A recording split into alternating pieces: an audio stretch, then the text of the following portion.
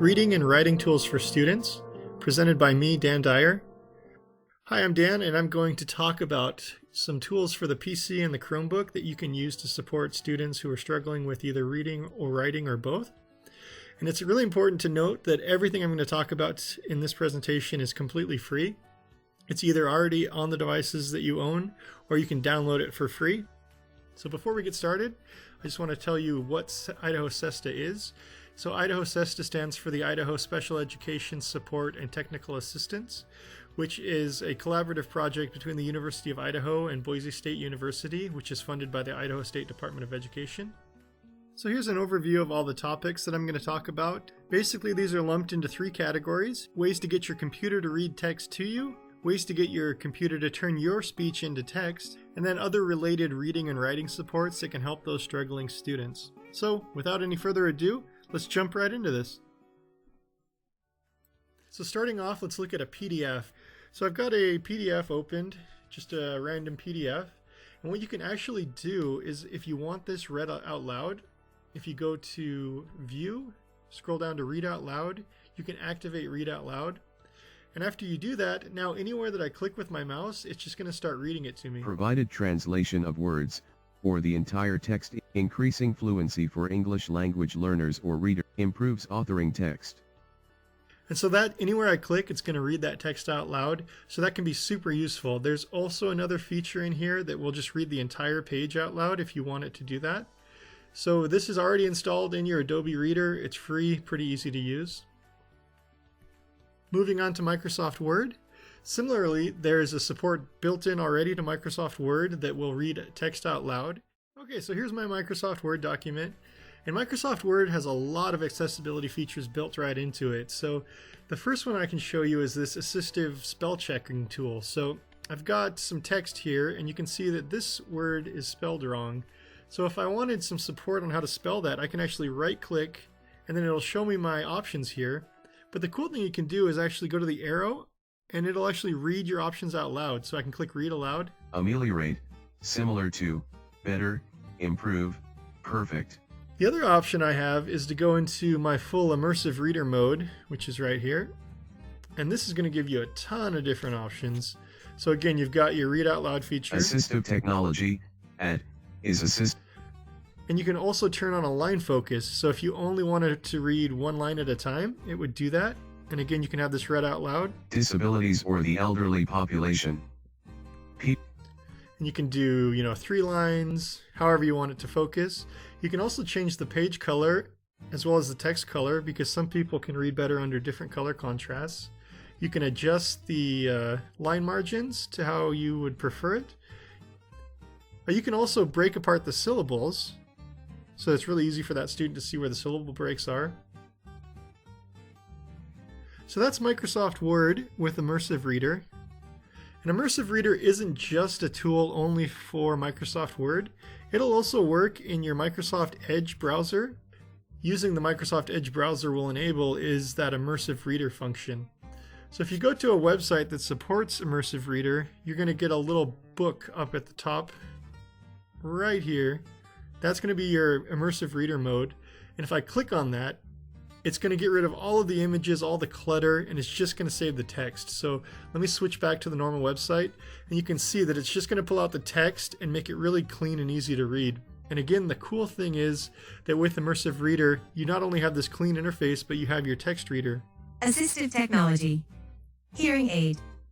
Assistive Technology is assistive. And again, this is within a web browser, so pretty much any web page you go to that supports this feature, you're going to be able to turn on this Immersive Reader and have that text read aloud to you.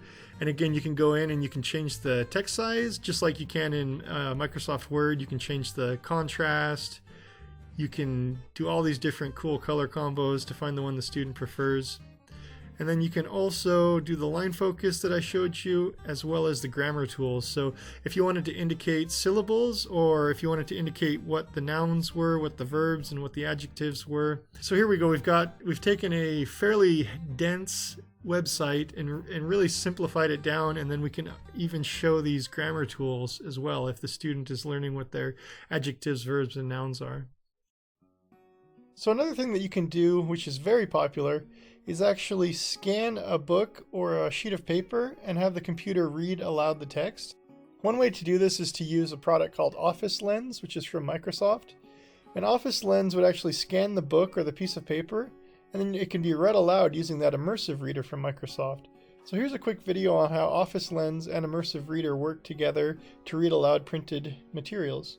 If you have not seen Office Lens before, Office Lens allows you to take a picture of a whiteboard, and it allows you to take a picture of a document, even a business card.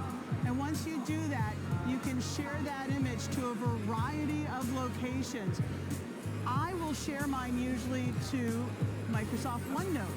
Why? Because Microsoft OneNote will take any picture that has text, and it will go ahead and it will recognize the text, performing OCR.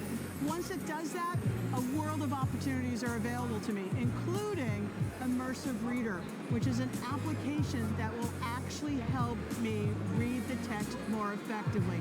Perfect for me as a struggling reader, as well as teachers and students, and anyone you know that might struggle with reading. So I can go within moments from taking a picture of text, be it on a page, on a newspaper, place it into OneNote, and having it read to me and helping me, not just in the language I speak, but a variety of languages. So imagine a student taking a picture of a page of a textbook in English and having that page of a textbook read back to them in their native language. It's available and you can do it, and it's all available for free. Great, so that was Office Lens. And now you can actually do a similar feature using Google Docs. To get this to work though in Google Docs, you do have to install the free plugin called Read and Write. Once you have that installed, what you're going to want to do is take a picture of your book or your sheet of paper, upload it to Google Docs, which you can see here. Here's my image. Now I'm going to right click on that image and select Open in Google Docs. It'll open up and you'll see the image, and then Google Docs provides the text down below the image here. And now if I want this text read aloud, I can just click on my Read and Write plugin and that will read it aloud for me. I beg your pardon, Dr. Lanyon, he replied civilly enough. What you say is very well founded. Okay, so moving on to digitizing worksheets and inputting your writing to them. So let's say that you have a worksheet that the student is struggling to input their answers to. Maybe they have some kind of issue with handwriting, or they have really bad penmanship, or they have difficulty with spelling, other types of writing issues. What you can actually do is take that worksheet, take a picture of it, and then you can use an extension called Cami to have the student put their writing in digitally. So let me open up Cami and I can show you how that works. And what you can do is upload your photographs of worksheets, and then you can add your writing to them. So if I wanted to draw onto this, like say it was a multiple choice and you wanted to circle the right answer, you could do that in all different colors. But let's say that I want to answer this question. What I can do is add a text box right here, and then I can, input whatever I'd like here, and I can change how big it is, make it fit. And so that would actually allow that student to use the keyboard instead of having to rely on their handwriting to fill things out. The other cool thing that you can do is, let's say that this was an essay paper where you actually have to write sentences. What you could do is drop in a text box here, and then you could use your built-in accessibility features to support that student in their writing. So if I wanted to, I could turn on my Windows speech recognition, which is right here. And so right now it's listening to me, and Windows is putting my text into that box. And so that student could actually use their voice to describe what text they want input into that worksheet. The other thing that you can do is actually turn on word prediction for Windows, and I'll show you how to do that. So if you open up your start menu and type in typing, you can get to the typing windows. If you scroll down, you'll see show text suggestions as I type. And so now I've enabled word prediction. And so if I go ahead and start typing, if I just type one letter, the letter T, I'm going to get this word prediction box up here. And if one of these words is correct, I can just tap on it and it'll put it in there. And then if I type the next one, it'll give me more predictions. And you can just go on like that, and it will just keep helping you with those prediction lists. So that is useful for people who have difficulty with spelling. And it can also be useful for those with a physical disability that just makes typing really difficult or fatiguing for them. Okay, and talking briefly about speech to text.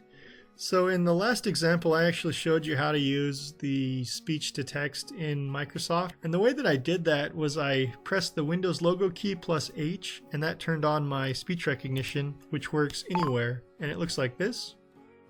Just click the Windows logo plus H, and it will start listening and then inputting your voice into whatever you want it to type into. The other way you can do this is within your Microsoft Word document. You're going to see a dictate button right here. If you click that, then it's going to start listening to you, and it'll start putting your voice into your text document.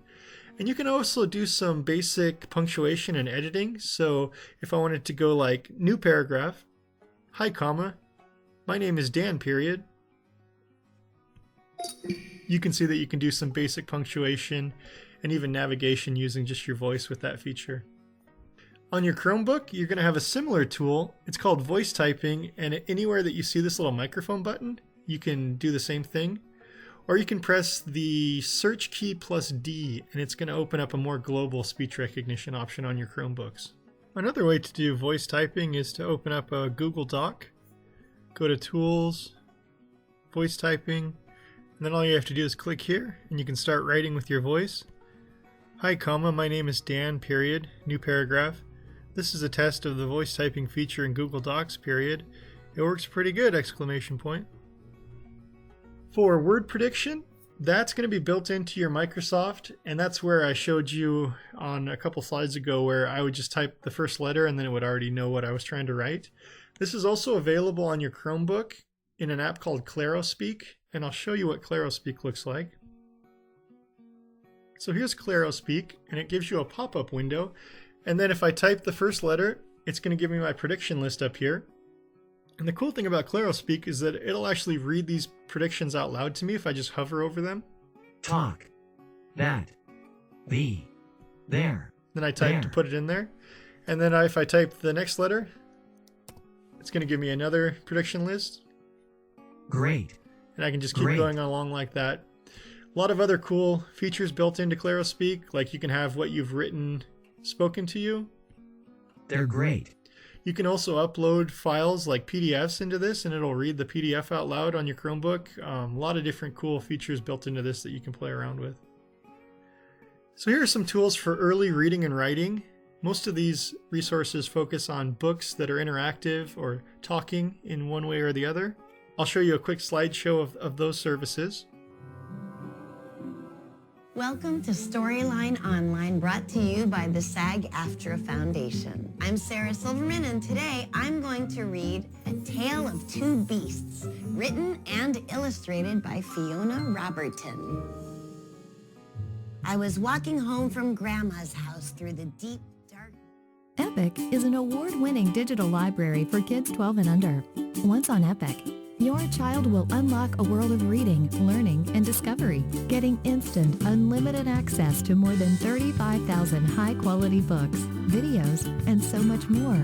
Kids on Epic get to explore their interests in a safe, kid-friendly environment with no ads or in-app purchases. Welcome to the Tumblebook Library Virtual Tour.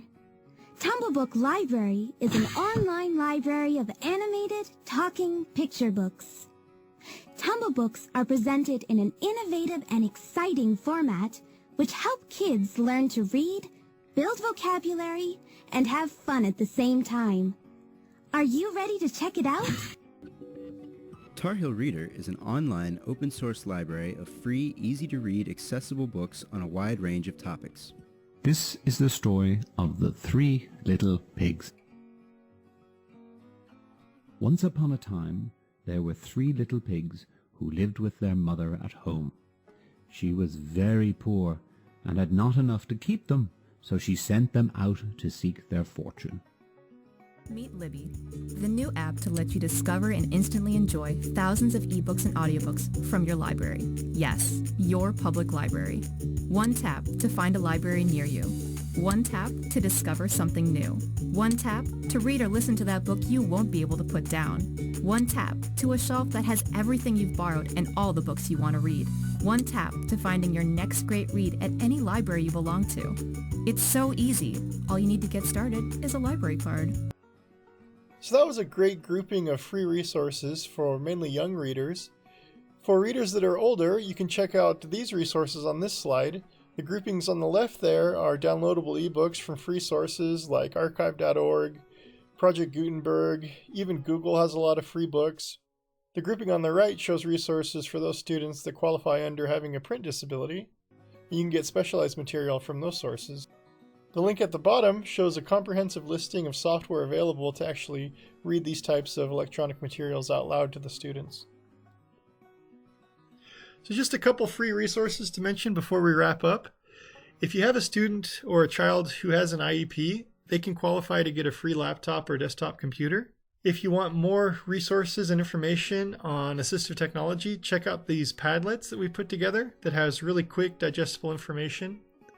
You can borrow our equipment for free for 30 days to try it out, and we have a lot of cool stuff in our lending library like iPads, bigger keyboards that are easier to type on, as well as these scanning pens that are an all-in-one solution where you can scan text and then the pen will read that text aloud to the student. My Study Bar is a free download that has a lot of the tools that I talked about bundled in it already.